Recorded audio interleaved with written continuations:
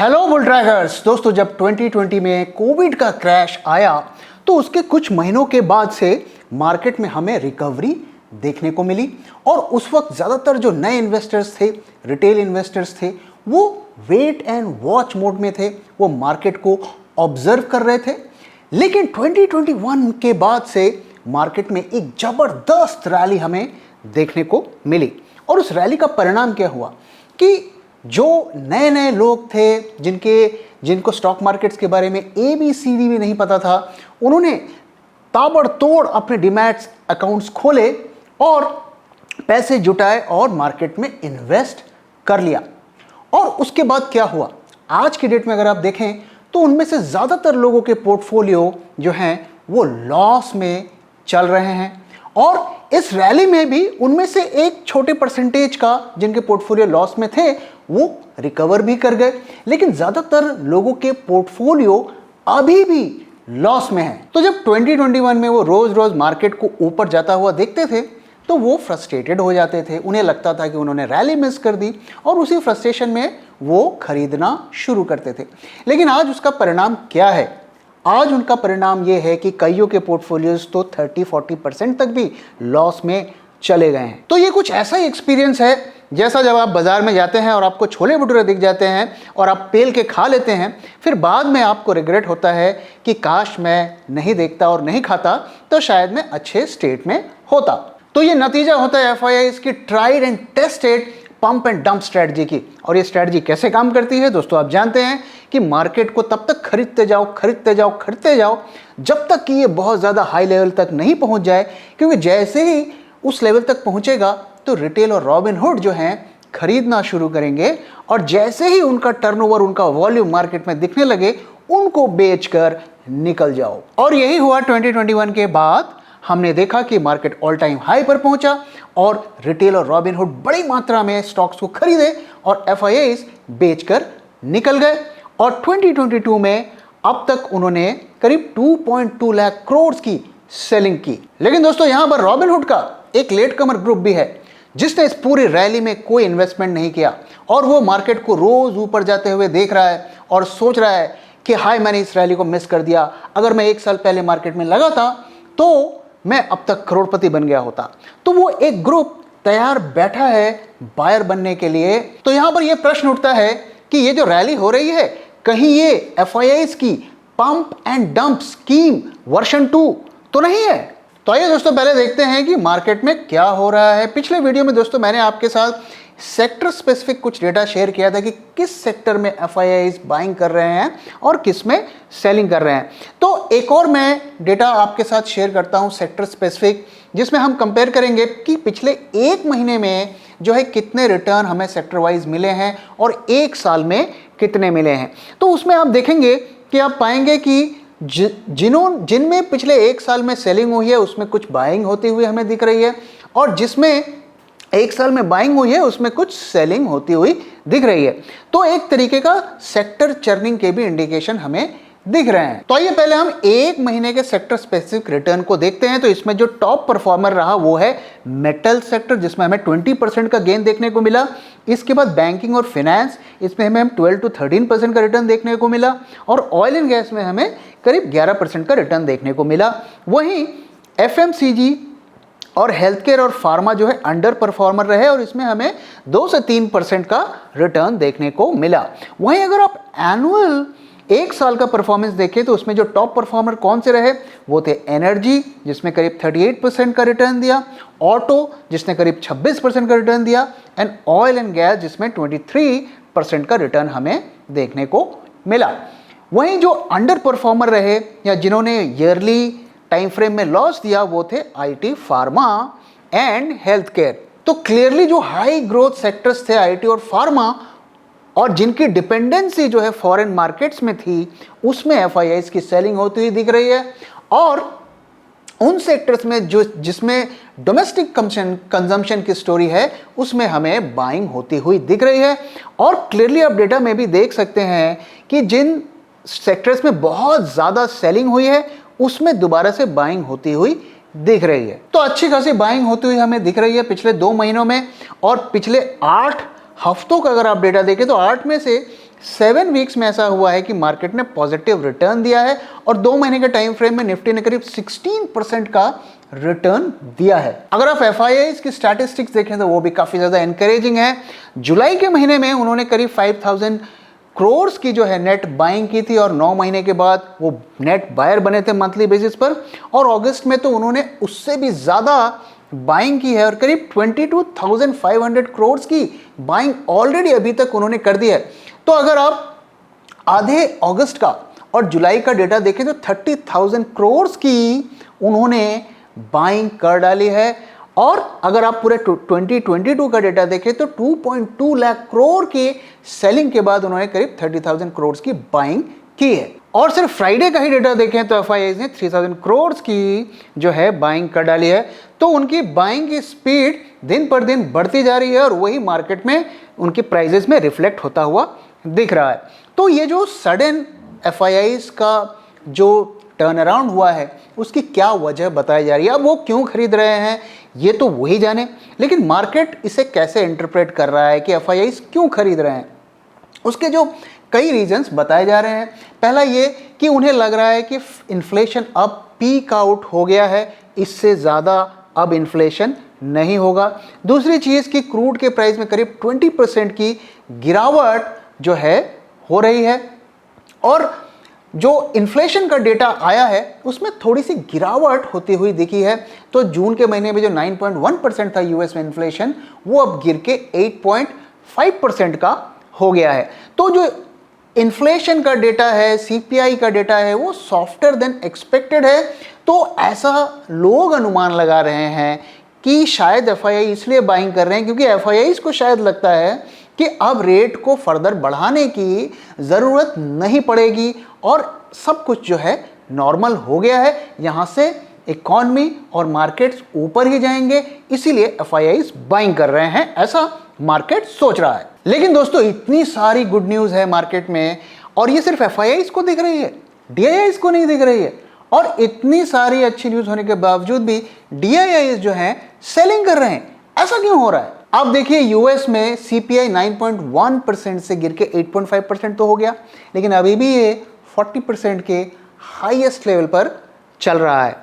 अगर आप क्रूड का प्राइस देखें तो जी हाँ, क्रूड के प्राइस में 20% की गिरावट आई है, लेकिन अभी भी ये $98 पे चल रहा है। तो once again this question arises कि क्या ये pump and dump scheme version 2.0 start हो गई है? अगर हम रिटेल की बात करें तो रिटेल भी नहीं खरीद रहा है, और इस रैली में कई रिटेलर्स ऐसे हैं जो एग्जिट कर रहे हैं, छोटे मोटे प्रॉफिट एंड लॉस में वो एग्जिट कर रहे हैं क्योंकि उन्हें अपने पोर्टफोलियो में काफ़ी ज़्यादा डाउनफॉल देखा, जिसको देखकर वो डर गए हैं और अब इस रैली को यूज़ करके वो एग्जिट कर रहे हैं। और कुछ बाइंग भी हो रही है, मार्जिनल बाइंग हो रही है रिटेल के द्वारा, और वो रॉबिनहुड हैं जिन्होंने पूरी रैली को मिस कर दिया और अपने फोमो की वजह से वो अब जो है इस रैली में एंटर कर रहे हैं, इस वक्त मार्केट में एंटर कर रहे हैं। तो ओवरऑल इस रैली में भी आप देखें तो रिटेल का कोई खास पार्टिसिपेशन नहीं है, और मैं इससे रिलेटेड कुछ डेटा आपके साथ शेयर करता हूं। अगर आप इक्विटी म्यूचुअल फंड में देखें तो जो है ये अक्टूबर 2021 के बाद सबसे कम इन्फ्लोज इक्विटी म्यूचुअल फंड्स में आए हैं, यानी कि रिटेलर जो म्यूचुअल फंड में ताबड़तोड़ पैसे लगा रहे थे पिछले 1-1.5 साल से, अब उसमें काफी ज्यादा कमी आती हुई दिख रही है। और सिर्फ जून से ही कंपेयर करें तो जुलाई में 43% का ड्रॉप जो है इक्विटी म्यूचुअल फंड में रिटेल मनी के इनफ्लो में आया है। अगर हम डीमैट अकाउंट्स की बात करें तो जनवरी 22 में जो है हर महीने 34 लाख डीमैट अकाउंट्स खोले जाते थे, और जून में वो घट के लगभग आधा हो गया, 17.7 लाख का जो है डीमैट अकाउंट्स खोले गए, और जुलाई में वो मार्जिनली बढ़ के जो है 17.7 से 18 लाख डीमैट अकाउंट हो गए। तो लेकिन अभी भी अगर आप जो है जनवरी से या पिछले साल से कंपेयर करेंगे तो रिटेल का जो पैसा म्यूचुअल फंड्स में आ रहा है, नए डीमैट अकाउंट्स में, और जो एवरेज ट्रेडिंग वॉल्यूम है उसमें जो है भारी गिरावट होती हुई हमें दिख रही है। तो अगर आप NSE टर्नओवर का अगर डेली वॉल्यूम का आप डेटा लें तो पिछले साल इसी पीरियड में जो है 62,000 करोड़ की जो है डेली टर्नओवर होता था, और आज के दिन में वो 42,000 करोड़ के आसपास हो रहा है। हालांकि जून से जुलाई में जो है 5% का गेन, करीब 4.5% का गेन ट्रेडिंग वॉल्यूम में हमें देखने को मिला है, लेकिन अभी भी वो जो है पिछले साल से कंपेयर करें तो 26% डाउन है। तो क्लियरली जून और जुलाई में अगर आप देखें तो रिटेल की एक्टिविटी में मार्जिनल ग्रोथ होता हुआ हमें दिख रहा है, लेकिन वो सिग्निफिकेंट नहीं है। लेकिन अगर मार्केट इसी तरीके से बढ़ता गया तो रिटेल का जो है टर्नओवर, उसका वॉल्यूम, म्यूचुअल फंड्स में इनफ्लोज, नए डीमैट अकाउंट, सब में ग्रोथ होता हुआ दिखेगा। और जैसे जैसे मार्केट ऊपर जाता जाएगा रिटेल की एक्टिविटी भी बढ़ती जाएगी, जैसा कि हमने पास्ट के इंस्टांसेस में देखा। तो यहां पर एक और चीज ऑब्जर्व करने वाली बात है कि एफआईआईज खरीद रहे हैं, म्यूचुअल फंड जो है बेच रहे हैं, और रिटेलर्स भी टू सम एक्सटेंट बेच रहे हैं। और आप देखिए जब जब एफआईआईज जो है खरीदते हैं मार्केट ऊपर जाता है, जब जब एफआईआईज बेचते हैं तो मार्केट नीचे जाता है। उनका कोई टक्कर नहीं है। आप जितना भी बोल लीजिए कि रिटेल वाले मार्केट चलाएंगे, म्यूचुअल फंड वाले मार्केट चलाएंगे, लेकिन दरअसल मार्केट जो है एफआईआईज ही चलाते हैं। आप इस भ्रम में मत रहिए कि आप एफआईआईज को बीट कर देंगे। तो आइए दोस्तों अब बढ़ते हैं अपने मेन क्वेश्चन की तरफ। क्या FIIs pump and dump scheme चला रहे हैं? दोस्तों मैं दोनों तरफ के आर्ग्यूमेंट्स आपके साथ शेयर करूंगा कि क्यों ये एक पंप एंड डंप स्कीम हो सकती है और क्यों ये एक जेन्युइन बुल रन हो सकता है, और दोनों तरफ के आर्ग्यूमेंट आपके साथ शेयर करूंगा और आप खुद जज करिए कि आप किस कैंप में रहना चाहते हैं, और बाद में मैं अपना व्यू भी आपके साथ शेयर करूंगा। तो आइए दोस्तों सबसे पहले ये बात करते हैं कि क्यों ये एक पंप एंड डंप स्कीम हो सकती है। तो दोस्तों एफआईआईज की ये ट्राइड एंड टेस्टेड स्ट्रैटेजी होती है, और वो पास्ट में कई बार इस तरीके की स्ट्रैटेजी को यूज कर चुके हैं। वो बहुत पावरफुल होते हैं, पूरे ग्लोबल मार्केट्स को वो कंट्रोल करते हैं, कार्टेल की तरह बिहेव करते हैं। और दोस्तों ये जो एफआईआईज होते हैं ये दुनिया के जो है सबसे पावरफुल लोगों का पैसा जो है मैनेज करते हैं, और इनके स्ट्रॉन्ग जो है पॉलिटिकल कनेक्शंस भी होते हैं। तो मैं इससे ज़्यादा कुछ नहीं बताऊंगा। दूसरी बात जो गौर करने वाली है कि ऑल ऑफ ए सडन जो है अचानक से हाइट ऑफ बेयर मार्केट पे जो है एफआईआईज खरीदना शुरू कर देते हैं, और अब देखिए म्यूचुअल फंड जो इतने महीनों से बुलिश थे वो उसी टाइम पर अचानक से बेरिश बन जाते हैं। क्या ये सिर्फ एक कोइंसिडेंस है? तीसरी चीज, आप मुझे बताइए कि पिछले एक महीने में क्या इंप्रूव हो गया? क्या इन्फ्लेशन कम हो गया? दुनिया भर में इन्फ्लेशन जो है 10 year high, 20 year high, 30 year high, 40 year high पे है। इंटरेस्ट रेट पे लगातार बढ़ोतरी हो रही है, कहीं पर भी कोई क्लू नहीं है कि आने वाले 1, 2, 3 महीने में इंटरेस्ट रेट्स कम हो जाएंगे। अगर आप देखिए तो यूक्रेन का जो वॉर है वो अभी भी चल रहा है, और अब तो चाइना, ताइवान और यूएस का एक नया कॉन्फ्लिक्ट भी शुरू होने के आसार दिख रहे हैं। क्रूड को देखिए तो वो अभी भी 9800 के आसपास फ्लक्चुएट कर रहा है। तो आखिर एक महीने में क्या इंप्रूव हो गया, आप मुझे बताइए। चौथा, रिसेशन का फियर है। दोस्तों काफी सारे एनालिस्ट लोग कह रहे हैं कि यूएस में रिसेशन आ गया है, फेड मानने को तैयार नहीं है कि रिसेशन है, लेकिन इस बात पे कोई डिबेट नहीं है कि जीडीपी में ग्रोथ में गिरावट हो रही है, और वो एक क्राइटेरिया होता है रिसेशन का। काफ़ी लोग कह रहे हैं कि 2023 में जो है यूएस में रिसेशन आएगा, और कई कंपनीज ने इसको ध्यान में रखकर ऑलरेडी एक्शन लेना शुरू कर दिया है। कई जो है उन्होंने अपने कंपनीज की छटनी शुरू कर दी है, ले ऑफ शुरू कर दिए हैं। कई कह रहे हैं कि वो करेंगे, कई वार्निंग दे रहे हैं अपने एम्प्लॉयज़ को, और बड़ी बड़ी टेक कंपनीज भी जो है अपनी एम्प्लॉयज़ को छटने की बात कर रही हैं, जिसमें टेस्ला, फेसबुक और गूगल भी शामिल हैं। तो इस वक्त अगर आप बेट करें कि 2023 में रिसेशन जाएगा कि नहीं जाएगा, तो जितने भी डेटा पॉइंट्स वगैरह आप देखें तो ज़्यादा इंडिकेशन इसी बात का है कि रिसेशन में यूएस जाएगा। हाँ, इस बात पे डिबेट हो सकती है कि कितना बुरा रिसेशन रहेगा। और दोस्तों अगर यूएस रिसेशन में जाता है तो आप इस भ्रम में मत रहिए कि बाकी के मार्केट्स पर इसका प्रभाव नहीं पड़ेगा। यूएस जो है पूरी दुनिया का ब्रेड एंड बटर चलाता है, सारी कंट्रीज़ जो हैं डॉलर पे डिपेंडेंट है और यूएसए से ट्रेड करती हैं। और जब जब यूएस में जो है रिसेशन आया है तब तक वर्ल्ड मार्केट्स जो हैं में हमें भारी गिरावट भी देखने को मिली है।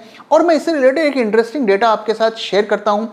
ये स्टडी जो है ब्लूमबर्ग ने की है, और 1970 से लेके 2019 तक जितनी बार भी यूएस में रिसेशन आया है उसका डेटा उन्होंने कंपाइल किया है और उसमें उन्होंने हमें बताया है कि रिसेशन कहाँ से स्टार्ट हुआ और उसके अगले 3 महीने तक जो रिसेशन रहा उसमें मार्केट में कितनी गिरावट हुई, और वो मैं डेटा आपके साथ शेयर करता हूं दोस्तों। तो 1969 में जो रिसेशन आया था, तो रिसेशन शुरू होने के 3 महीने तक 30% की गिरावट S&P इंडेक्स। तो दोस्तों ये जो सारे परसेंटेज मैं शेयर कर रहा हूं ये स्टैंडर्ड एंड पुअर इंडेक्स का है, या डाउ जोन्स का या नैस्डैक का नहीं है। तो 1969 में 30% का फॉल आया था S&P में। 1973 में जो रिसेशन आया था उसमें 44% का फॉल आया था। 1979 में 17% का फॉल आया था। 1981 में 25% का फॉल आया था। 1990 में 20% का फॉल आया था। 2000 में 30% का फॉल आया था। 2007 जो पिछला क्रैश था उसमें 57% का फॉल आया था, और 2019 में 34% का फॉल आया था। तो आप देख सकते हैं कि जब जब रिसेशन आया है मार्केट्स में गिरावट होती हुई दिखी है, और अच्छी खासी गिरावट, डबल डिजिट फॉल मार्केट्स में हमें देखने को मिली है। तो अगर आप ग्लोबल एनालिस्ट लोग के व्यूज भी देखें तो वो इसी तरफ इशारा करें। उसमें से पहला है जेफरीज, जिन्होंने ये प्रेडिक्ट किया है कि 15% का करेक्शन इस साल आ सकता है, और उसकी वो वजह ये बता रहे हैं कि अगर आप इंडिया के गवर्नमेंट बॉन्ड्स के रेट्स को देखें तो उसमें गिरावट आई है 7.6% से जो 7.3% की गिरावट आई है, और वहीं जो पीई मल्टीपल्स हैं उसमें हमें बढ़त देखने को मिली है।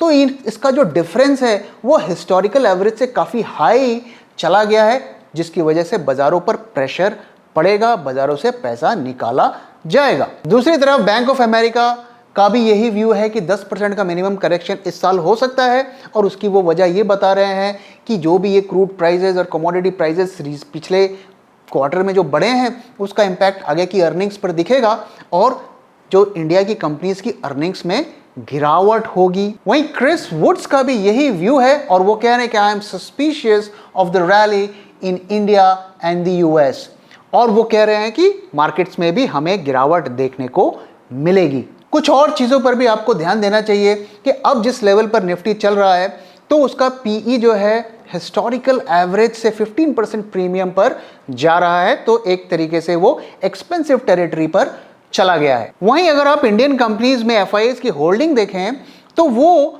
जो है 23% की शेयर होल्डिंग उनके पास होती थी टोटल, और वो अब घटकर 19% की रह गई है। तो अगर आप देखें इतनी सेलिंग कर ली लाखों करोड़ों रुपए की, और उनकी होल्डिंग सिर्फ 4% ही गिरी है और लगातार गिर रही है।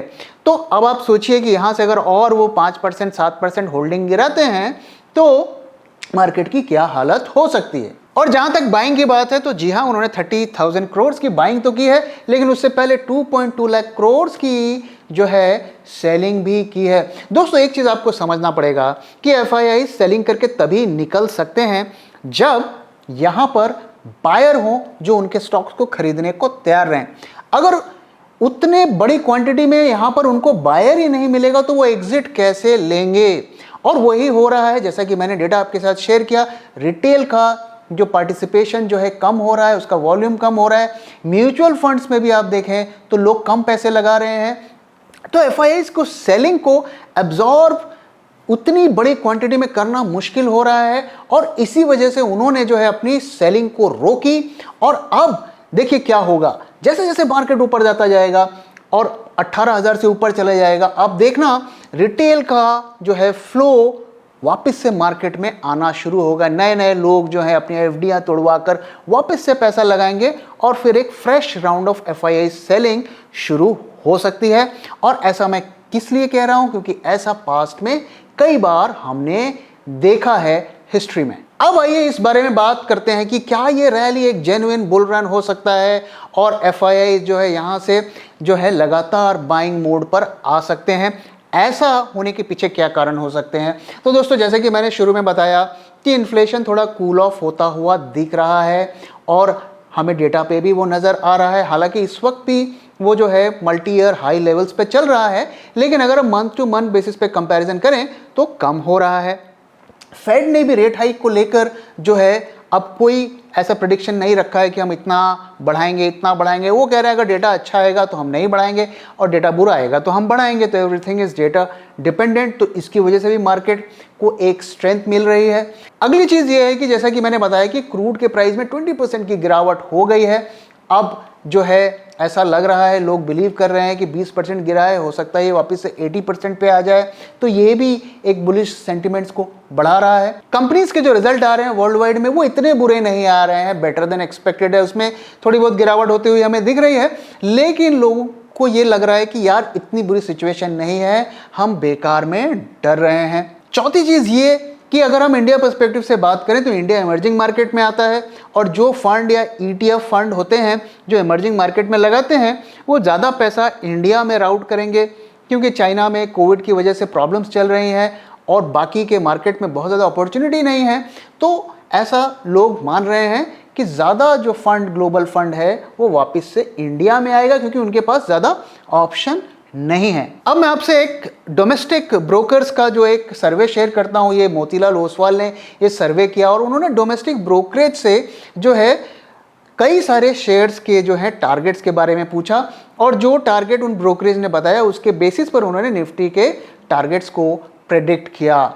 और इसके बेसिस पर जो उनकी फाइंडिंग्स थी, जो उनकी प्रेडिक्शंस थी मोतीलाल ओसवाल की, कि निफ्टी जो है 19,000 से ऊपर जो है जाएगा आने वाले दिनों में। तो दोस्तों मैंने दोनों तरफ के जो आर्गुमेंट्स आपके साथ शेयर किए और कोशिश किया कि मैं फेयरली जो है दोनों आर्गुमेंट्स को शेयर करूं।